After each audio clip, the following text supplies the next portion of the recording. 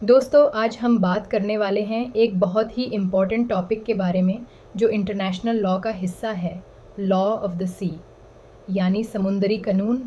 इसमें हम समझेंगे मैरीटाइम जोन्स क्या होते हैं, जैसे कि टेरिटोरियल सी, contiguous zone, exclusive economic zone EEZ और कॉन्टिनेंटल शेल्फ। और साथ ही हम ये भी देखेंगे कि इन जोन्स में कोस्टल स्टेट्स की जुरिस्डिक्शन या अथॉरिटी कितनी होती है।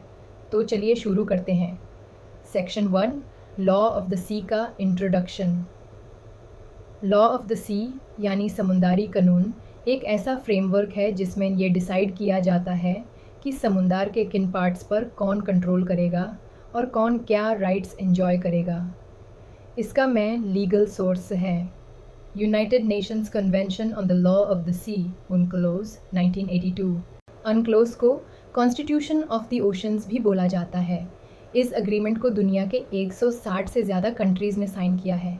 यह लॉ समुंदर को डिफरेंट जोन्स में डिवाइड करता है और हर जोन में कोस्टल स्टेट्स को अलग अलग राइट्स एंड ऑब्लिगेशंस मिलते हैं। सेक्शन 2, टेरिटोरियल सी मैरीटाइम बेल्ट द्वारा नॉटिकल माइल्स। सबसे पहला जोन होता है टेरिटोरियल सी, जिसे मैरीटाइम बेल्ट भी कहते हैं। डेफिनेशन: टेरिटोरियल सी एक ऐसी जोन है जो बेसलाइन से लेकर 12 नॉटिकल माइल्स तक एक्सटेंड करती है।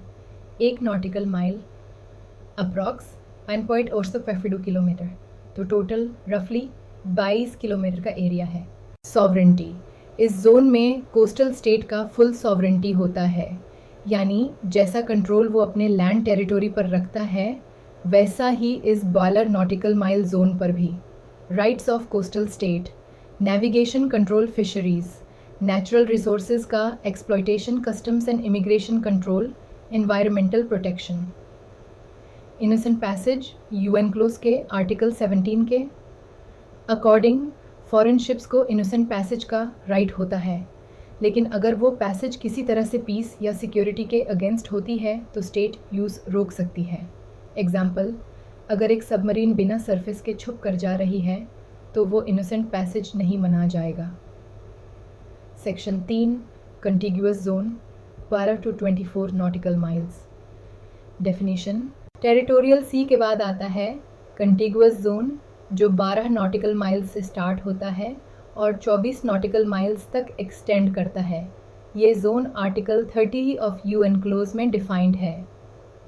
राइट्स इन कंटिग्यूअस जोन: यहाँ कोस्टल स्टेट को कुछ लिमिटेड राइट्स मिलते हैं, mainly customs, immigration, sanitation, tax enforcement. ये स्टेट को पावर देता है कि वो अपने नेशनल इंटरेस्ट को प्रोटेक्ट कर सके, जैसे स्मगलिंग या इलीगल इमिग्रेशन रोकना। नेचर ऑफ कंट्रोल: ये जोन में ओनरशिप नहीं होती, सिर्फ कंट्रोल होता है। कोस्टल स्टेट यहाँ एक्टिविटीज़ मॉनिटर कर सकता है पर फुल सॉवरेंटी नहीं होती। Section 4, exclusive economic zone EEZ 200 nautical miles. Definition: EEZ एक बहुत ही क्रूशल कॉन्सेप्ट है। यह zone coastal states base line से लेकर 200 नॉटिकल माइल्स तक होती है। इसका mention part V of UNCLOS में किया गया है। सॉवरेन राइट्स इन EEZ: यहाँ स्टेट को कुछ एक्सक्लूसिव राइट्स मिलते हैं। Exploration and exploitation of natural resources, fisheries management, oil and gas drilling, marine scientific research, artificial islands बनाने का राइट, लेकिन ये राइट्स वाटर कॉलम और सी बेड तक लिमिटेड होते हैं। अदर कंट्रीज़ राइट्स: EEZ में दूसरे देश भी फ्रीली नेविगेट कर सकते हैं, पाइपलाइंस डाल सकते हैं और ओवरफ्लाइट का यूज़ कर सकते हैं, जब तक वो कोस्टल स्टेट के रिसोर्सेज या एक्टिविटीज़ को डिसरप्ट ना करें। इम्पोर्टेंस: इंडिया जैसे डेवलपिंग कंट्रीज़ के लिए EEZ काफ़ी इम्पॉर्टेंट है, फिशरीज, ऑयल रिजर्व्स और डीप सी माइनिंग के लिए। Section 5, continental shelf, seabed jurisdiction. Definition: continental shelf basically seabed और सबसॉइल का वो एरिया होता है जो लैंड मास का नेचुरल एक्सटेंशन होता है। ये जोन भी 200 नॉटिकल माइल्स तक होती है, लेकिन अगर साइंटिफिक डेटा से प्रूव हो जाए तो ये जोन 350 नॉटिकल माइल्स तक भी एक्सटेंड हो सकती है। UNCLOS article 76 to 85 continental shelf के रूल्स डिफाइन करते हैं। राइट्स ऑफ द स्टेट: सिर्फ सीबेड और सबसॉइल के रिसोर्सेज पर राइट्स, पेट्रोलियम, गैस, मिनरल्स का exclusive exploitation, no control over water column above it, extended continental shelf, अगर एक कंट्री साइंटिफिकली प्रूव कर दे कि उसका कॉन्टिनेंटल मार्जिन और आगे तक एक्सटेंड करता है तो वो CLCS commission on limits of continental shelf के पास डेटा सबमिट करके एक्सटेंशन ले सकती है। डिस्प्यूट्स, अगर तो कोस्टल स्टेट्स के क्लेम्स ओवरलैप करते हैं तो उन्हें इक्विटेबल सेटलमेंट करना होता है, ईदर नेगोशिएशन, ICJ या आइटलोस के through. Section 6 maritime zones and jurisdiction summary. एक बार हम सारे जोन्स को एक समरी टेबल में देख लेते हैं। Zone, distance, NNM, coastal state rights,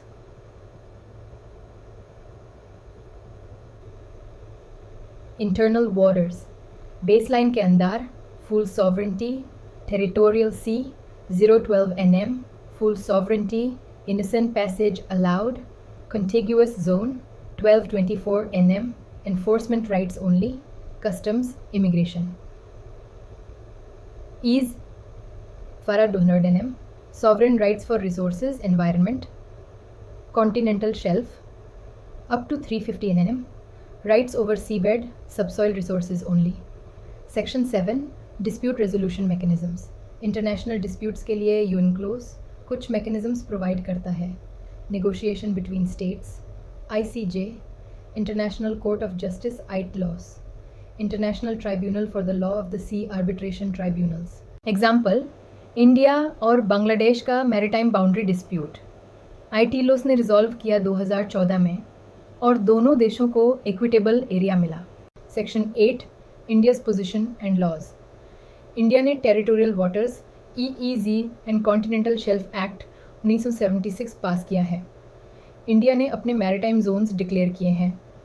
territorial sea 12 NM contiguous zone, 24 NM थी EEZ, 200 NM continental shelf, scientific basis पर एक्सटेंड करने की प्रोसेस भी चालू की।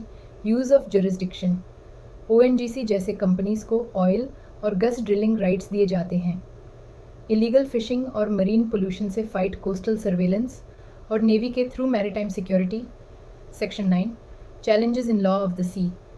South China sea dispute, China के अग्रेसिव क्लेम्स UNCLOS के खिलाफ जाते हैं। Climate change, rising sea level से मैरीटाइम बाउंड्रीज चेंज हो सकती हैं।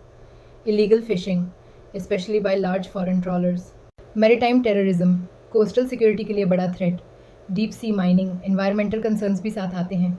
तो दोस्तों, लॉ ऑफ द सी एक डायनामिक एरिया है जो इंटरनेशनल पीस, रिसोर्स शेयरिंग और एनवायरमेंटल प्रोटेक्शन में मेजर रोल प्ले करता है।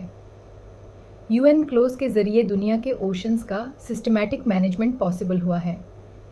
टेरिटोरियल सी, EEZ, कॉन्टिनेंटल शेल्फ जैसे जोन्स हेल्प करते हैं कोस्टल स्टेट्स को अपने हक समझने में और वर्ल्ड पावर्स को म्यूचुअल रिस्पेक्ट के साथ ऑपरेट करने का फ्रेमवर्क देते हैं।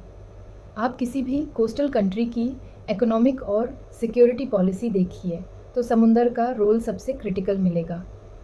इसलिए लॉ ऑफ द सी का समझना हर लॉ स्टूडेंट और पॉलिसी मेकर के लिए एसेंशियल है। अगर आपको ये एक्सप्लेनेशन अच्छा लगा हो तो इस वीडियो को लाइक करें, चैनल को सब्सक्राइब करें और कमेंट में बताएं कि आप नेक्स्ट टॉपिक कौन सा देखना चाहेंगे। मिलते हैं अगले टॉपिक के साथ। जय हिंद।